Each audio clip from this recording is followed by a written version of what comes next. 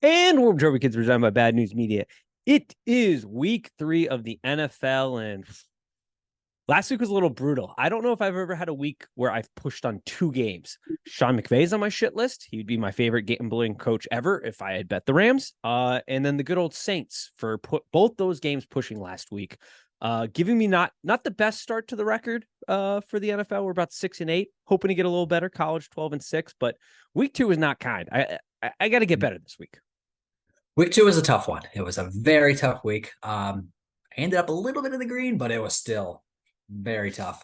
Mostly just we'll get to them, but those LA Chargers. I think I'm done betting the LA Chargers. I'm addicted to the LA Chargers, but my Yeah, God, you they are. are. Brandon Staley is driving me up a wall at this point in time. I cannot stand him what do you do? What do you do? You do nothing for me right now. Nothing at all. Clearly is the number one coach on the hot seat. I mean, I would think. Yeah, he's just a punching bag at this point. And he kind of deserves it. Yep, absolutely. A little tidbit before we go in, something to be mindful of, a little gambling trend that might be going on this week.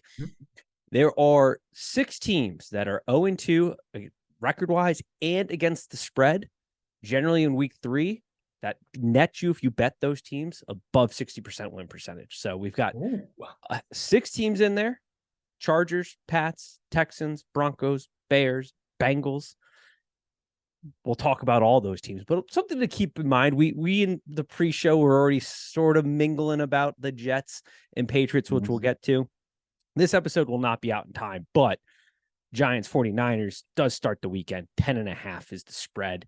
Do we think the Giants may turn a little bit of a corner with what seems to be Brian Daboll taking over play calling? Because the second half of that Cardinals game looked dramatically different from the first game and first half of that game. Yes, I think, I don't think we're going to see it tonight. But I think like they might turn a corner a little bit. We do kind of have to temper expectations a little bit because they are the Cardinals. But I will say, someone kind of brought this up. My team did have, kind of didn't really struggle with the Cardinals. We kind of struggled with ourselves. But someone was like, if Kyler Murray was playing, they might be 2-0. And I was like, oh, you might be right. How mad are the Cardinals because Caleb Williams has already talked about how he may just take another year in college if they do get the number 1 pick. And he's like, yep, nope, I'm good. Because at this point, if he wants to go to the NFL, he should just call a real estate agent in Arizona, because that's probably where he's headed. Yeah, it's likely where he's going. I know Caleb Williams says that, and I mean with NIL, I mean I guess you can do that, but I need to see that to really believe that though. I know he's threatening it, but man, I mean we've seen quarterbacks who have been drafted and then like Eli Manning, like I'm not playing for you. But this would just be wild if he was just like, no, I'm just gonna wait for a better team, hopefully next year. That is one benefit I think of we're not generally talking college when we have you on. But one thing I do think what is going to happen with college is we're going to get better quarterback play, because guys I do think are going to hang around just a tad bit longer, maybe that extra year, gain some additional experience, because they're getting paid, and they're getting paid very well at some of these schools. And then that's just going to translate better to the NFL. Because how many times do we look at guys and go, damn, if they just stayed another year in college, they'd probably be a little bit better coming into the NFL, more prepared, aka maybe Justin Fields here, who offense seems to be a little too complicated for him right now. Yeah, I don't hate that theory. I haven't really thought about that, but yeah, I could definitely see that being the case. All right, a game that we can actually talk about because this podcast will be out in time. Titans Browns. Line is at 3.5, over under 39.5. I'm going to say right now, I don't appreciate the internet. The Sunday night or Monday night crew, my God, Monday night crew spared us the video of Nick Chubb, but then immediately I pull up Twitter or X or whatever the hell Elon's calling it this week, and it's all over my For You page, just all over there. Everywhere. I mean, it's just like at that point, I get it. They're doing it out of respect. It's like you might as well just show it, because we're all just going to go to social media and look at it anyway. And ooh, brutal. You definitely feel for Nick Chubb. Makes definitely scary. I hope it's not like a I don't know if people might not remember this guy, but like a Marshawn Lattimore situation when he was in South Carolina. I mean, he was a total stud and just whole career ruined from a knee injury. McGahee. Yeah, McGahee. Just terrifying. Yeah, you really got to hope for Nick Chubb. Hope everything's okay because he is a top 5 running back, maybe one of the best pure running backs in the game. So that was awful to see.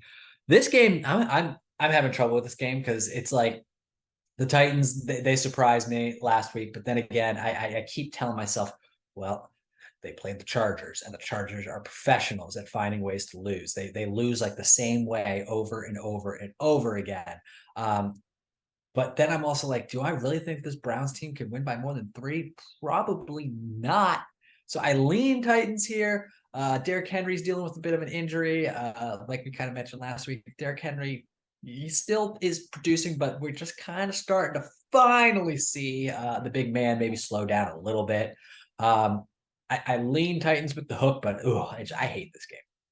This is going to be wildly interesting to see, one, what the Browns look like without Nick Chubb.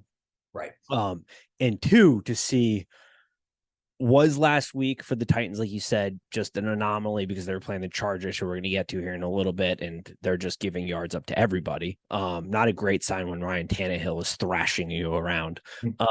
But the bigger question here is, what is up with Deshaun Watson? I have had the theory that he is cooked. It appears that this will go down, baseball excluded, because baseball contracts do not make any sense, as the worst contract ever in professional sports. I mean, probably not a great idea to give a sexual predator, $240 million guaranteed. Didn't play for like a year and a half. The game seems to have passed him by. He looks atrocious, and he is dead last in our on target percentage throws in the NFL right now. So this might go down as the worst contract in all of sports. Yeah, I mean, I don't hate it. I mean, Russell Wilson comes to mind, but it's like Deshaun's actually owed more, and I mean, Russell's got different kind of baggage. It's like not really baggage, but it kind of is. But Deshaun, I mean, like you said, he hasn't not playing in a year and a half. Plus, obviously, the mental things that are just are going on in his head. That plays a huge role, and it's just like someone said to me, kind of like Kyler Murray, but someone said to me the other day, they're like, you think if like none of this happened to Sean, like he'd still be really good? I bet, yeah, absolutely, yeah. I do, but it did happen, and now he's on a different team, and yeah, it's not looking good for Deshaun Watson. There were so many questions about what he would look like coming back, because it's hard enough for guys to stay in shape when they're away from football teams, but you just watch these last couple games. Even when he tries to scramble, he looks slow. He's not on target with his throws. It's clear. And that's the weirder part too, is like, people, I think at some point are unfortunately going to turn on Kevin Stefanski, but that offense was humming with guys like Baker and Case Keenum and like quarterbacks that are far less physically gifted than Deshaun Watson. But being away from the game that long, like, you're cooked. I think we're only week 2. I don't want to be too volatile with it, but I said it last year. I said it in the preseason that like, I think the hill is going to be too hard for him to climb, and this will be the worst contract in dead money. I mean, he's making more guaranteed than Joe Burrow, who just signed a contract this year extension wise. It's insane. Right. Yeah, it's crazy. Cleveland, they're just desperate. They did whatever they had to do. I love seeing Baker play better than his old team, though. I really do like seeing that. Absolutely. All right. Let's talk Chargers Vikings. Line set at 1.5, over under 53.5. And these Chargers are a bunch of bums.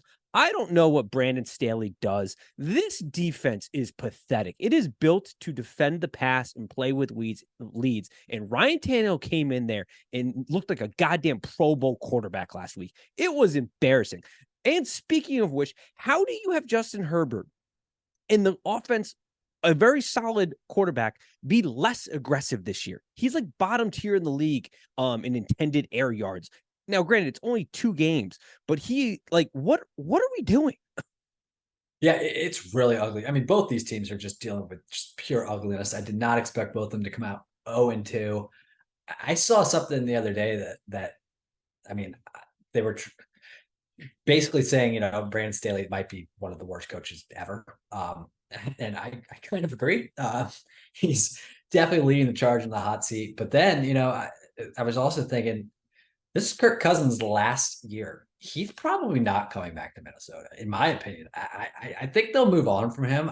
I think, yeah, he's put up good numbers. They've had a few good seasons, but overall, I think the Kirk Cousins experiment, when you look at the success of the team, you look at the playoffs and everything, it's been a failure.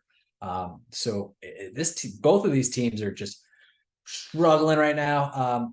I kind of think Minnesota will probably win, but I get it's impossible to pick between these two teams. They're the exact same teams, just one's an AFC version and the other one's like the NFC version. I lean Vikings just a little bit just because it's at home. They did show some life in the Eagles game after, things got kind of ugly, but they showed that they can kind of come back like last year's team.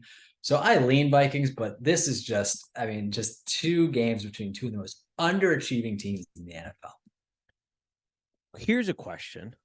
If the Vikings lose this game, because you mentioned the Kirk Cousins situation, do you open them up to a trade and try to tank for Caleb Williams or Drake May? Do you give the Jets a call and say, hey, we're willing to depart for some assets, or another team who may want a quarterback like Kirk Cousins to service this year? If you're under the operation that I am, where I think it's his last season with the team, yeah, I think you absolutely do that, especially if you go down 0-3. They can't run the ball. They went out and got Cam Akers, but I don't think that's going to make a huge difference. But yeah, I think you should totally open it. And then you could obviously acquire some draft picks. The Jets don't even have like a first to send right now, do they? Or no. Well, they don't owe. Well, they now owe Green Bay a second. I don't even know the exact. Well, yes. I don't know. If you have a first, you probably should ship it off. But then again, you think Kirk's going to go into a division with Tua and Josh Allen? And I don't know. I don't think so. Go play out in the cold in the Meadowlands. Yeah, he's gonna outplay those two teams. I don't think so. Yeah, just give it a minute. I'm sure the 49ers and Brock Purdy will somehow get hurt, and he can maybe ship. They definitely don't have anything. Never mind. I don't know what I'm saying there, but yeah, there will be a team of calling, and I think you might open it up to speculation. I think also Brandon Staley, if the Chargers go 0-3, which I don't know why they didn't fire him last season when Sean Payton was showing some interest, but holy cow, man, it's a bad situation because this team there's talent. It's not like this is a non-talent filled roster. But it's weird. He's like turtled. He used to be, when he came in, this like innovative coach who would kind of go for it a lot more on fourth down. He's not even going for it in like situations that make sense to go for it. He's become less aggressive. I said their bottom intended area. That was incorrect. I was looking at last year's numbers. I apologize. Correction on that. They have increased that, which we thought. But yeah, it's a bad situation. I don't have a pick. Maybe I would do something with the over total, but I got nothing right now. Yeah. Patriots, Jets. The line is at 2.5. Over under 36.5. Patriots are favored, and they do fall into that category of a team that is both 0-2 on the stat sheets as well as 0-2 in covering games. The Jets players seem to have Zach Wilson's back. They've come out in support of him, saying it's not all his fault. They need to do more. They need to run the ball a little bit more and make things, a little bit more comfortable for him. I still think he'll probably stink it up, but Mm-hmm. Yep. He's going to be going up against a Bill Belichick defense that has tormented him in the past. What do we make of this game? Do you have a pick here? Are you putting down any wagers? How are you breaking this one down? This is like the first game on the board that I had under a third game, but I feel pretty good about this one. I know New England's 0-2, and I know Mac Jones he's a bit of a nightmare. He's very frustrating to watch, but I would still take him over Zach Wilson. And, I'll take their defense. Obviously, the Jets have a very good defense themselves, but I like the Patriots matching up against the Jets offense more so than, vice versa. New England's played two very good teams so far. And while they haven't covered, they've kind of made games out of both of them. So I like them here. Especially if you keep them under 3, I really like them here. So I'm going New England. I agree with that. The number is key. I don't like anything 3 or above. If it moves that direction, we'll see. But I agree with that. Jacksonville Texans, line is 8.5, over under 40.5. And man, for a game that we both were sort of excited for, Chiefs Jaguars last week, that may have been the worst game of the weekend. I mean, that made my eyeballs bleed at times. I turned it off a handful of times. I came back because I wanted to see what was going on, but that was terrible. They're in a bit of a get right spot. Do you chalk that up to kind of a fluke game, just second week? getting a good team in the Chiefs. Things still, you have a consolidated preseason. Things aren't the wheels aren't going yet, or is that signs of things to come for this Jaguars team? I mean, Jacksonville, we may have jumped the gun a little bit in considering them like one of the top tier teams in the AFC. I still think they are a good team, but I think they will have their struggles just because they're a young team. That's just what happens with young teams. However, they're going against Houston. It's at home. I really like Jacksonville on the spot. I don't like a spread that big, but I love them. You can tease them, maybe tease them with like the Bills or something like that. Yeah, I do like them here. And if you put a gun to my head, I'd still take them on the spread. I like it. I'm not jumping off their bandwagon yet. But I'm certainly starting to be a little bit cautious that we might get ahead of it just a tad. The Texans have been surprisingly a little bit better than I had expected. Not Me great. too. Yeah, they have been. They're playing a little bit. D'Amico Ryans might have this thing going in the right direction once they just get a little bit more talent in there. Because the roster is still pretty bare. But they're moving in the right direction. All right. Let's talk your Commanders versus the Buffalo Bills. Line is set at 6.5, over under 43.5. This presents an interesting game. Commanders are coming in 2-0. Bills, there are some question marks there. Eric Bieniemy has gotten this offense sort of headed in the right direction. I mean, this is we're only 2 weeks in, but right now the Commanders with Sam Howell are averaging 27.5 points per game. Meanwhile, the Chiefs with Patrick Mahomes are only averaging 18.5 points per game. Is Eric Bieniemy the quarterback whisperer? He definitely plays a role, I think. I love hearing his interviews. He's just like so calm, but also like has this kind of like intense thing going on. I really like him. I like the way he's running the offense. I loved our screen game last week. Oh, it was just beautiful. I hope he brings the screens out more. I don't like screens in the first half. I for some reason I like second half screens where you just kind of got the defense really just not expecting it. And that's what we did against Denver. Buffalo is a weird team. So like they're built to have a lead. That's kind of how they are built. They're built to defend leads. They're kind of soft in the trenches, in my opinion. And that's where I think we will dominate them. I think our defensive line is going to absolutely dominate their offensive line. I don't really think we're going to win this game. I could see us covering. You might be wondering why that total is kind of that low. We are supposed to get some bad weather come rolling in on Sunday. So do take note of that. And in my opinion, bad weather actually that benefits the Commanders, in my opinion. So I'm going to take us on plus 6.5. I don't see us winning this game, but if it's a close game, I actually kind of think we'll win it. But if we can't keep this close, then we will be effed, and they could boat race us. I just think a big part of it is going to come down to how much can our defensive line dominate their offensive line, which I think is possible. Do you have any concern? It feels like the last 2 weeks, the Commanders have gotten off to a bit of a slow start, and they've done that against a Cardinals team and a Broncos team. Obviously, The Bills are a much different beast, but even moving forward, for people that are looking to bet the Commanders, or even in this game, the rain is definitely going to play an effect here.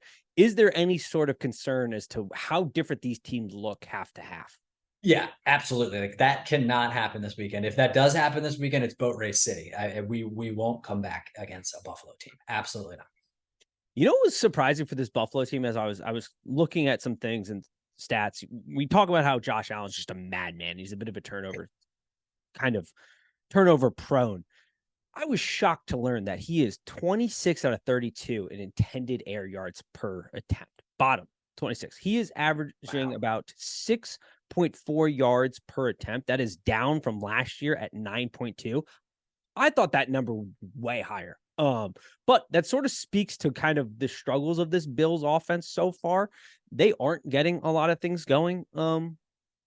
This is a game where I need to see them take a little bit more downfield. I mean, you can correct me if I'm if I'm wrong here, but Jack Del Rio does like to play a little bit more man, which should benefit Diggs. And if they are not taking some strategic shots down the field and really trying to push it against this team, now they might not have the time, and that would change it, and weather could be a factor here.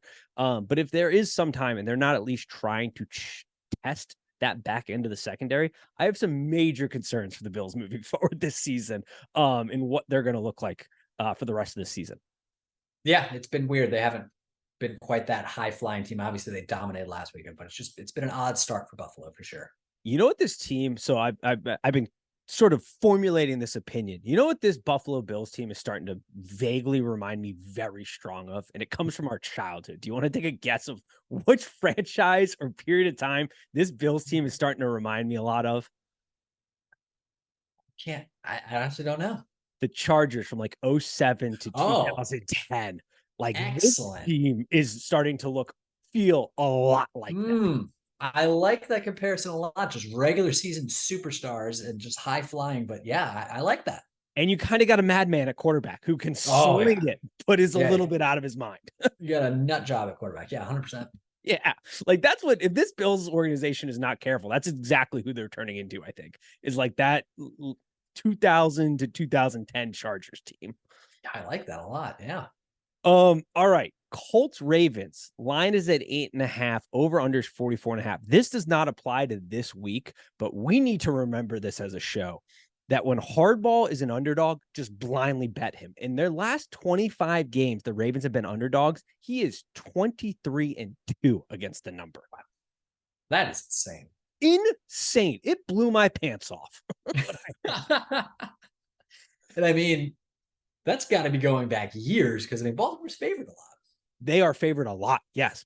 And we started Wow. to kind of see, we kind of started to see the Todd Monken offense take effect last week. And I think this week is going to be another big week for this offense, and particularly Zay Flowers, because this Colts secondary, I've talked about it, is trash. Yeah, it's terrible. It's really bad. And I need to start coming around on the Ravens. I've always kind of doubted the Ravens, just because like for years, to me, outside of Lamar Jackson, it's like this has been like the most boring good team in the NFL. Like whenever I watch the Ravens, I'm like, God, this is so boring. But they just win. They win all the time. They cover all the time. I don't like. I hate the number 8.5, obviously, but I mean, all they do is win, and this is obviously going to be a weather affected game as well. Do we even know who's playing quarterback 100% for Indy yet? We do not know. We do not. Okay. I mean, so obviously this weather would benefit someone like Anthony Richardson, as long as he gets on the ground. He needs to realize he can't take every hit, obviously. But regardless, I mean, Minshew mania, he could come in and kind of slinging himself too, but still, just this Baltimore team, they just win, and they do it kind of. This year, it's kind of looking more like a regular NFL team, but a lot of times they do it unconventionally. So yeah, I'd go Baltimore, but man, I'm hating all these 8.5s this week. It's tough. It's a big teaser city for me, because the moment I Yeah. see these 8.5s, I'm just like, man, I want it. I get the teaser of tingles. Yep. It's like my spidey sense, but for teasers. I'm just like, oh, this is gonna be a big teaser week for me, unfortunately. We'll see how it goes. Kind of got the same way in college, and this is something we talked about in the preseason, that Todd Monken, I thought, was going to elevate this offense and kind of take them to the next level. Georgia is certainly feeling the hurt of not having him as the offensive coordinator moving forward. I do like them. I think it's going to unlock Lamar a little bit more. They're still only, 2 weeks into this, so we'll see how it goes. But the prop market is not open just yet. I don't see on this line. Like I'm not seeing many Zay Flower. I'm looking for his overs. At some point that'll come out. I'm sure I'll tweet it at some point. So make sure you're following the socials, because I think he's going to have a big day in this game. Falcons Lions, I don't have a ton on this. Lions at -3, over under 46.5. All I've really got to say is, man, the Lions, in arguably one of the most important games in the last few years for their franchise, just fell flat on their face last weekend. Dan Campbell needs to punt the fucking football. What is he doing? What is he doing? He's losing his mind. Punt the ball. I don't get it. Yeah, I don't have a ton other than that. I like the over here. Both these teams have already scored in their past in 2 games. They've each scored over 50 points combined. I do like the over. I could see Atlanta, obviously what Atlanta does just runs the ball a lot. That concerns me a little bit on an over. But I still like the over. And I mean, Dan Campbell, just stop being so crazy. Just be a smart coach, please. Yeah, this is very fair. Saints Packers lines at 1.5, over under 42.5. Packers are favored. The Saints present an interesting challenge because I think we're both on the Jordan Love train, but this is a very good defense. It's a very good defensive front.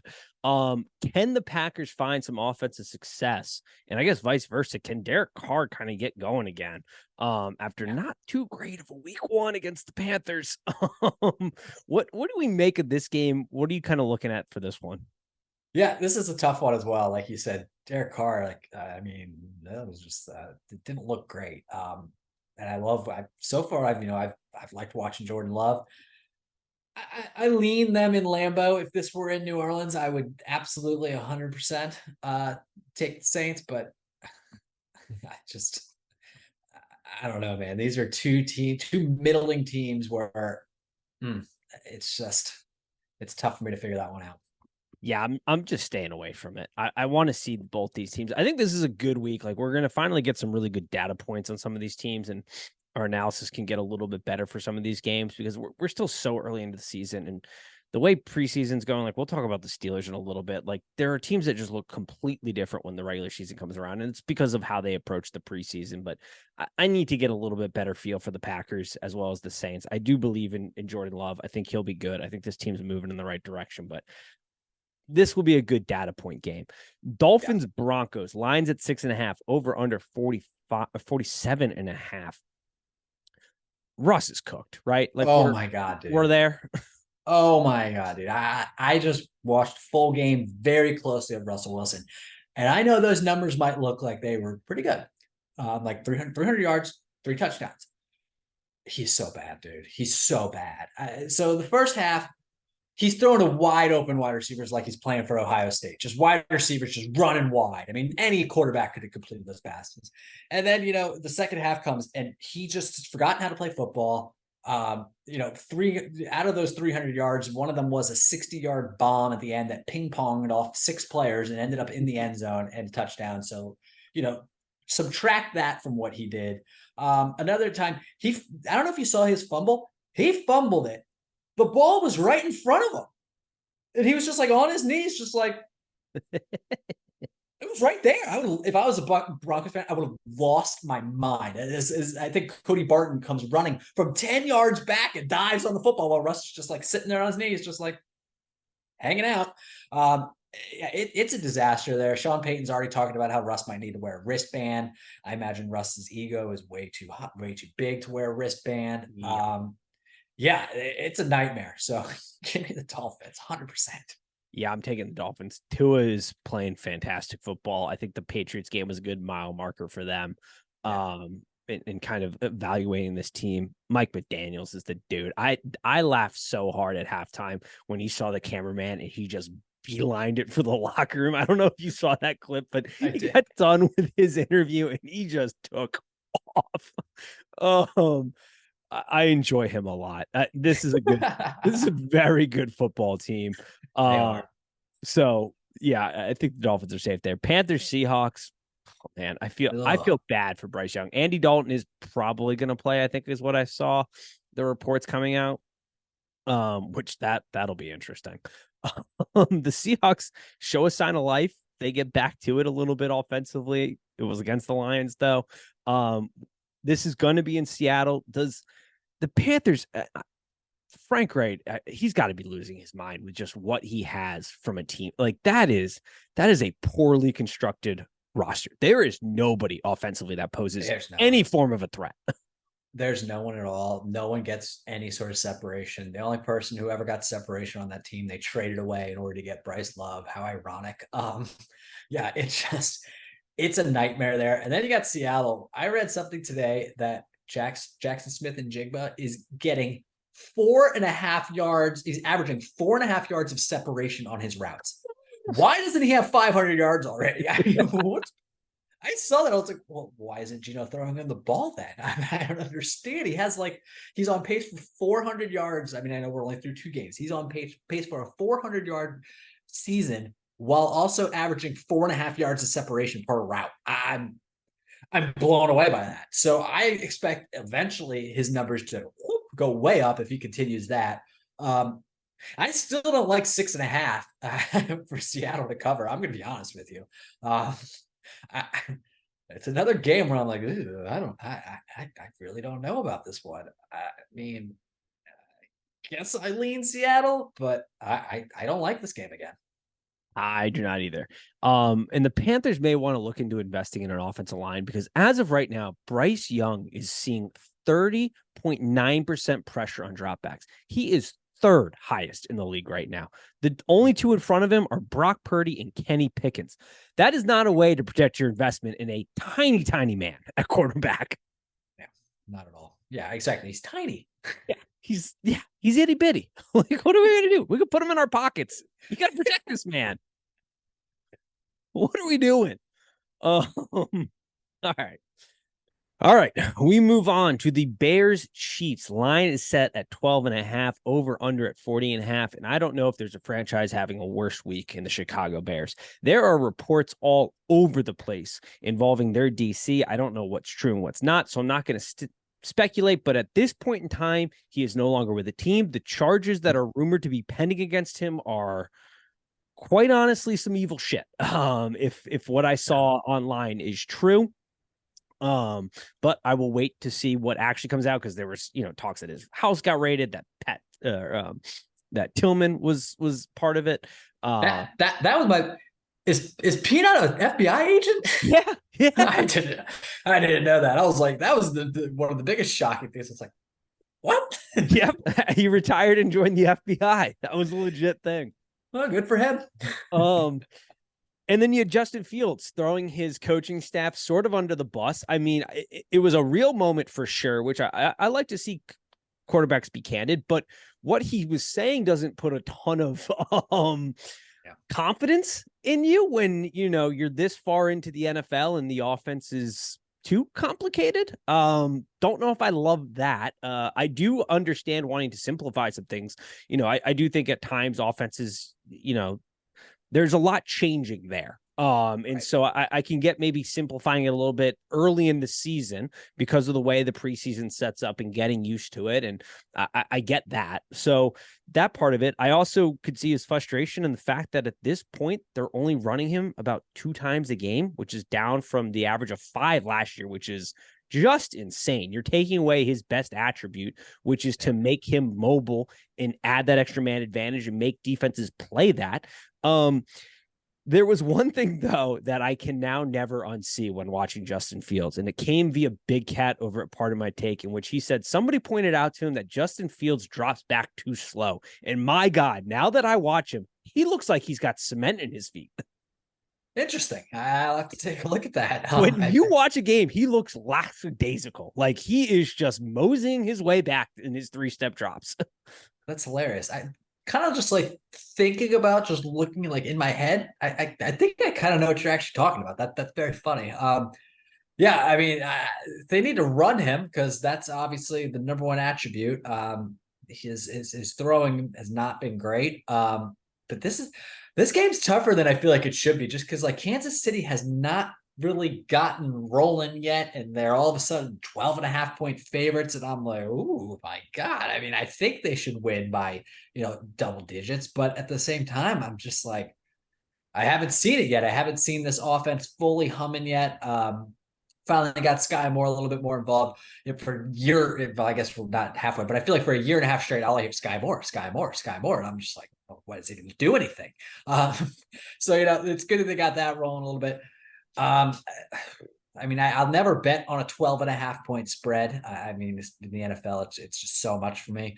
This is just another teaser here, another teaser opportunity. And it's just annoying because we're about to go right into another 12.5-point spread game that I feel a little bit more comfortable in. But yeah, this is just a tough one. I kind of lean under. That number seems a bit high to me. I know that the defense, especially Chicago's, is a total joke. But I don't see this going up to into 50 points. So I'm leaning under spread. It's just too much for me to really comment on.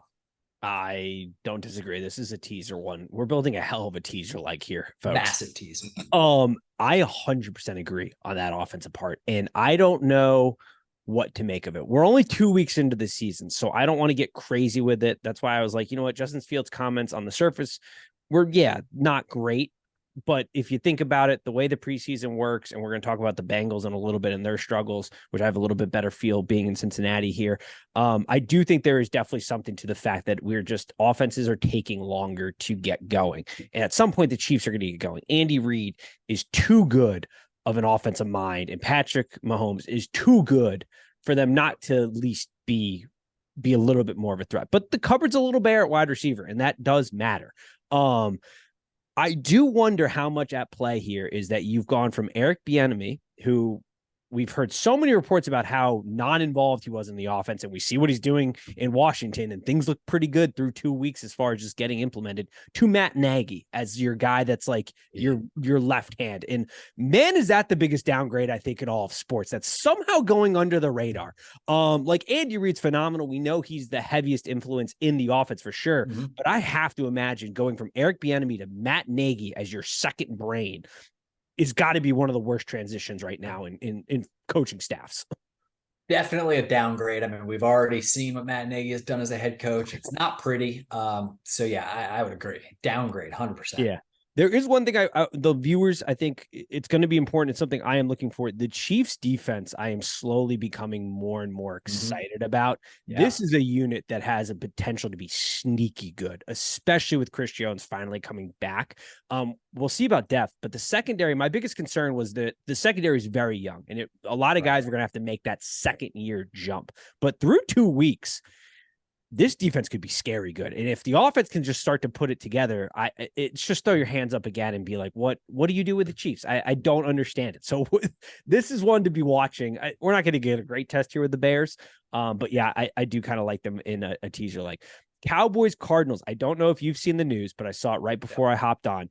Diggs is out for the season, tore his ACL in practice. That is certainly definitely a shot to the defensive side of it, because whatever you think about him from a coverage standpoint, he does influence the game with turnovers, and is aggressive in that factor, which can lead to both positives and negatives. So you're removing that factor from this defense, but they're not going to be really tested here. I guess the question is long-term, does this really put a damper in the Cowboys, aspirations this season? Or is it kind of one of those things where it sucks you lost him, but it's not the end of the world at the end of the day?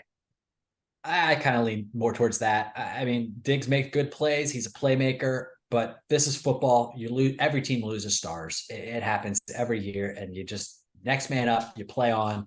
I think Dallas will be fine. They're still going to be just getting to the quarterback left and right. And I mean, that's in my opinion, getting to the quarterback is more important than having a really good secondary, in my opinion, at least. 100% agree. Yeah. So I another giant spread, but the Cowboys have just kind of been kicking everyone's ass. So I won't bet it, but I do like Dallas on that spread. And I like the ability just for them to put up at least 35 points. So we'll probably hit the over as well. Yeah, I like Dallas here. The Diggs injury, that does suck for them. I hate it when I hear like major injuries happen in practice. I'm like, shit, what happened? Like, damn. Especially on a Thursday, because it's a non-contact injury this late in the week. Yeah, which is they barely have contact anyway nowadays during the regular season. But on a Thursday, there's virtually none. So it came on a non-contact. All I could think of is that I'm sure you remember because it was your team, D-Hops versus D'Angelo. Yeah, that is what is playing through my mind as far as what probably transpired in Dallas today. Yep, I agree. Cardinals have been weirdly frisky, but yeah, this is a spot where the bird's going to get shot out of the air. This team total is probably something maybe to look at, folks, for the Cowboys. Because I do think they roll here. Steelers, Raiders. This game is not great, I don't think, from a viewing standpoint, but really good for the implications it may have for a certain coaching staff, because the Steelers come in as an underdog at 2.5. Over under 43.5. And to say this offense is anemic would be an understatement. This is like watching paint dry, folks. Matt Canada is got to be the worst offensive coordinator right now. And for an organization that is incredibly loyal, I honestly think if this offense cannot find success against the Raiders defense that is allowing, honestly, for teams to get a lot of stuff underneath, they're protecting the big play, but there's a lot of ways to maneuver underneath here, which should suit this Steelers offense. If they cannot find some offensive success, leave Matt Canada on the tarmac. Do not bring him back to Pittsburgh. Yeah, I mean, I agree with you. They are so boring. It's just non-explosive offense. I mean, I love George Pickens. He had a huge game the other day. They need to continue to get him involved. Najee Harris, I don't know. He's running with cinder in his shoes. Yeah, I know. I thought he was going to be such a stud, and I have just whiffed on that big time. Yeah, I mean, this is just a bad game. Raiders came off a terrible game. Jimmy G looked awful. Yeah, it's bad. I'd lean. God, I don't even know where I lean. Literally, I don't even have a lean on this game. I don't know. I will say the most shocking thing when prepping to talk about this game is how well the Raiders offensive line to this point has played. Jimmy G is only seeing pressure on 7% of his dropbacks. He's only been hit 3 times through week 2. If you had told me coming into the season that was happening, I would say you are absolutely out of your goddamn mind. Like, this is a good rush offensive line, but pass blocking was going to be a struggle. They've been fantastic through 2 weeks. Now they are going to get a tough test in this Pittsburgh Steelers front. Now they are without Hayward, probably, I feel like this is going to be the last season. Just getting injured this early. You're a Hall of Famer. This is probably it for him, but this is still a very good defensive front. There are going to be opportunities for the Raiders, I think, to test this secondary. The injury report is going to be super interesting to watch for the Steelers because there's a lot of guys on that early week. We'll see what it looks like coming out here. So I don't have a pick because I want to watch that injury report and see what it looks like. But yeah, the Steelers offense has to be able to get something here because the Raiders defense, it's rough. There should be the opportunity to move the ball here. I mean, I think it was like, I don't remember the stat and how long this has happened, but the Steelers did not get within the opposing 30-yard line on Monday night. Not one play was snapped within the opposing team's 30-yard line. That's incredible. That is horrible. Unbelievable. Pickens, though, I am putting it out there. He is nominee for next diva wide receiver. That man's out of his mind. And it feels like right now I mean, we've got Tyreek Hill, but he just kind of sucks as a person. It feels like at this point in time. So he's not really diva, but like we grew up in like the TO era. We don't really have that in this wide receiver group right now, but it feels like Pickens is skyrocketing up my charts of like, he's going to be an interesting one to follow because he's out of his mind. Oh yeah, he was out of his mind as like a rookie too. Like he's crazy. George, he was a madman. Yeah, he's nuts. He's always getting confrontations. He definitely says whatever the hell he wants to say. He's very talented, but yeah, he's definitely a hothead. He speaks his mind. It could get ugly there. I agree. Yeah. And this is all a good thing because I find it wildly entertaining. Like it would be infuriating if he was on my team, but this is all positive for me too. Don't get it twisted, folks. Like I'm rooting for this. Very, very entertaining. The only thing I think he's a good player. The only thing I will say is, I mean, the grand scheme of things, he hasn't done shit in the NFL. To be talking this much. A lot of training camp highlights, not a lot of weeks 1 through 18 highlights. Exactly. Except for that run he broke off last Monday night.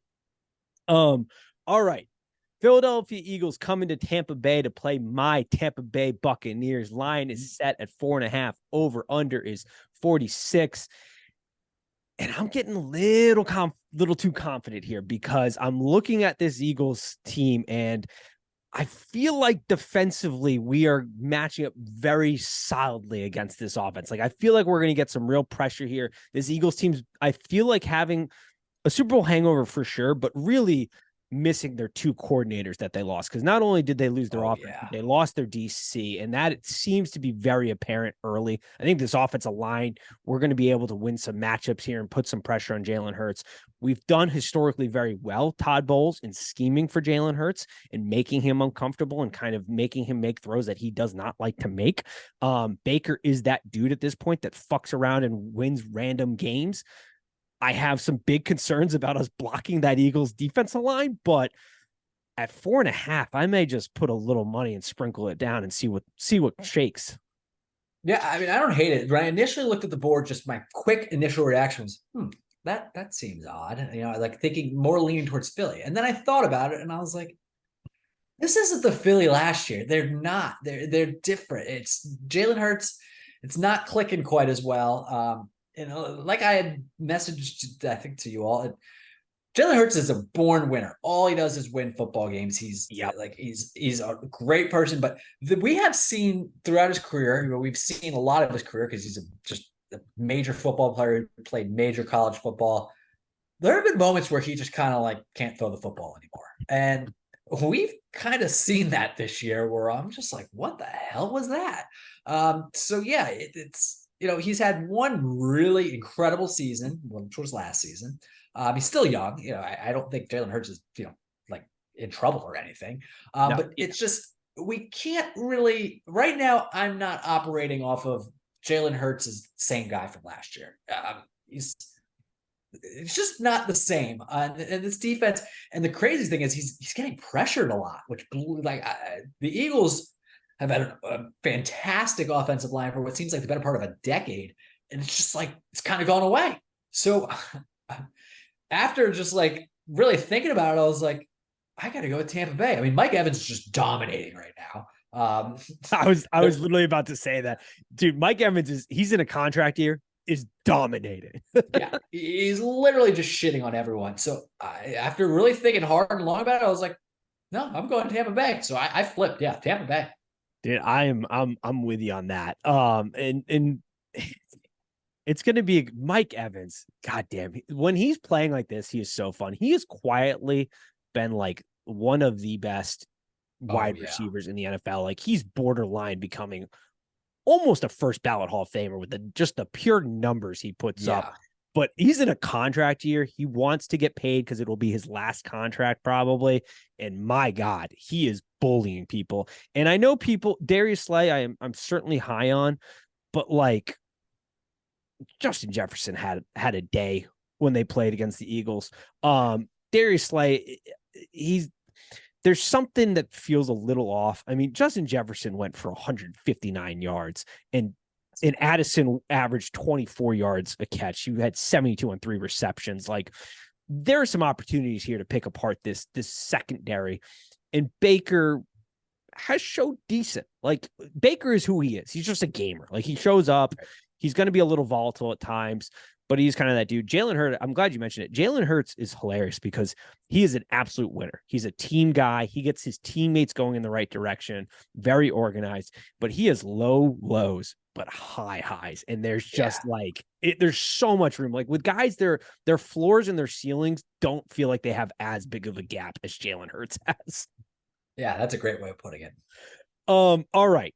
Bengals Rams line is at 3, over at 43.5. And this is as must win of a game I have ever probably seen in my life. The Bengals love to start 0-2 in the season, but they've dug themselves an even bigger hole because it's been 2 divisional games. They get off to slow starts. Joe Burrow is coming in a little banged up with the calf, had the compression sleeve on today in practice. We'll see if he goes. Indication is sort of leaning to that he will play. The Rams offense has looked surprisingly well, but clearly things are off with Joe Burrow. Now it's only 2 games, but Joe Burrow is a guy who heavily relies on being an accurate on-time quarterback. And right now he is sitting 31st in the league with on-target percentage right now. Compare that to last year. He was top 5 in the NFL. It's been a pretty steady drop off. Number 3 to be exact. Intended air yards are down. Routes aren't great. Zach Taylor's also not been great from a play calling standpoint. Is this a week? They're going with their all whites. It's in Cincinnati. Paul Brown Stadium, Paycor Stadium is going to be loud and rowdy. Is this a week with a Rams defense that can get exposed, a bounce back week and things start to turn around? Or do we see the Bengals just dig themselves probably the biggest hole that you just can't get out of starting the season 0-3? Yeah, I mean, this is, like you said, just such a must win for them. There's 3 teams this weekend they need to win. Only two can, because it's Chargers, Vikings, Bengals. So I mean, it's winner. You're pretty much done for in terms of playoffs. I mean, yes, teams have gone 0-3 and gone to the playoffs, but it's really rare, and I just don't like what I've seen so far to Cincinnati. I'm actually kind of surprised that they are favored by 3, to be honest, because the Rams have not been an easy out. They have played pretty well so far. They've played better than I was expecting. And I mean, Puka, I don't know what to make of this guy. I literally don't know what to make of him. I'm like, is he going to have 200 receptions? What's going on here? Like, the guy has 25 catches in 2 games. What the hell? Yeah, I don't like. I'm worried about Cincy. I can see this being a tight game. I'm not confident enough to go Rams money line, but it is tempting. So I do take the Rams here +3. It's just things aren't going well right now at Cincy. No, and the problem too is like you can't even really blame it on the offensive line because Joe Burrow has not been seeing a high pressure rate. He's only seeing pressure on about 18% of his dropbacks. That's towards the bottom of the league. It's sitting at 21. Obviously, the higher pressure rate is we're ranking that higher up there. But it's just the accuracy of his ball. It's been bad. He doesn't look comfortable back there. And that's a real thing. This is one of those things where like, and he historically has missed the preseasons due to injuries and other things. Like game speed and practice speed are so different. And so much of his game relies on trust between him and his wide receivers and putting the ball in a place where they can only really get it. And now they make spectacular catches because the wide receiving core is insane, but his ball placement is fantastic. It just hasn't been there, folks. And I don't know if that's a calf thing. I don't know if it's a preparation thing. It seems to be a mixture of both, tailored with the fact that Zach Taylor seems to have regressed as an offensive play caller. Folks, we got to throw the ball past the line of scrimmage. Yeah, so many screens with this offense. Like we got to get momentum going downhill with the weapons you have, not backwards. Yeah, I'm with you on that. And I'm just wondering, like, our teams just taking everything away that's deep and just having Joe throw underneath. Like, I don't know what's going on there, but they need to start scheming things up because they are too talented on offense to just be looking like this right now. It makes no sense to me. I'm not hitting the panic button on Lou Amarillo's defense because I'm a big Lou guy. I think he's one of the best defensive coordinators in the country, but he got out schemed by the Ravens. Oh, yeah. Bad. That was bad. Yeah. So it needs to be a back. This is for Bengals fans. The panic button has been located. They're not smashing it yet, I don't say, but you know, you've dusted it off. You pulled it out from the bed, the box that you threw it into last season. It's out. And if it goes 0-3, it's time to panic big time. All right. That is it for this week. Any bets, final thoughts, parting thoughts, things to do? Just in general, I hate this board. I like where I'm feeling most confident, and I hate to do this because I hate being confident on a team that doesn't really have a good quarterback, but he's playing a really bad quarterback. I like the Pats. I just like the Patriots this week a lot. I agree. I'm in a Survivor League. Only 22 people left. I'm thinking about pulling the trigger on the Pats. I'm debating just wasting a bullet on one of the really premier teams, but it feels like this might be a good spot to take them in my Survivor pool and for other people's sake. Yeah. I mean, if you're in a Survivor pool, I mean, if you only have 22 people left, I do like the idea of maybe wasting one of the big teams here. So you can, as you come back, there'll probably be about 16, 15 people left. But yeah, if you're in like a huge Survivor pool where there's still, a healthy amount of people left, I think it's a good opportunity to use an 0-2 football team in the Patriots and just put it on them. Yep. Let the dice roll. I'll bet out my full card. There's a couple injury reports I'm waiting on. So make sure you follow at Trophy Kids Pod, looking for a bounce back week. And next week we'll be back as always. Peace.